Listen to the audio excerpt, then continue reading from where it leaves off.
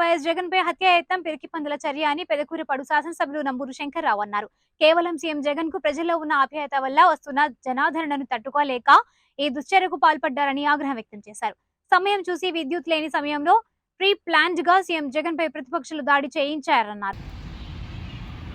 పేదలకి పెత్తందారులకి మధ్య జరిగే యుద్ధంలో మరి పేదలందరూ కూడా ఒక పక్షాన నుండి మరి జగన్మోహన్ రెడ్డి గారికి అపూర్వ స్వాగతం పలుకుతున్న ప్రజలందరూ కూడా తట్టుకోలేక జగన్మోహన్ రెడ్డి గారి మీద ఇలాంటి ప్రయత్నాలు చేయటం అనేది దారుణమైన పరిస్థితి.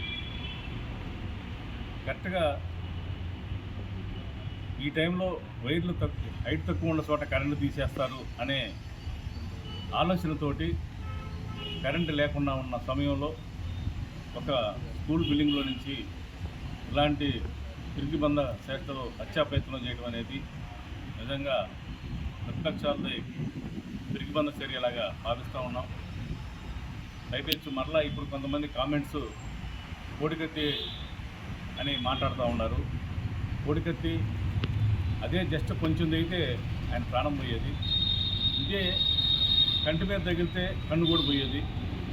మరి చంద్రబాబు నాయుడు ఆ రోజున అలిపిరి పరిస్థితి కూడా ఆయన కావాలని చేయించుకొని మరి ఎలక్షన్ కూడా 6 నెలలు ముందుకెళ్ళాడు, అయినా సరే ఓడిపోయాడు.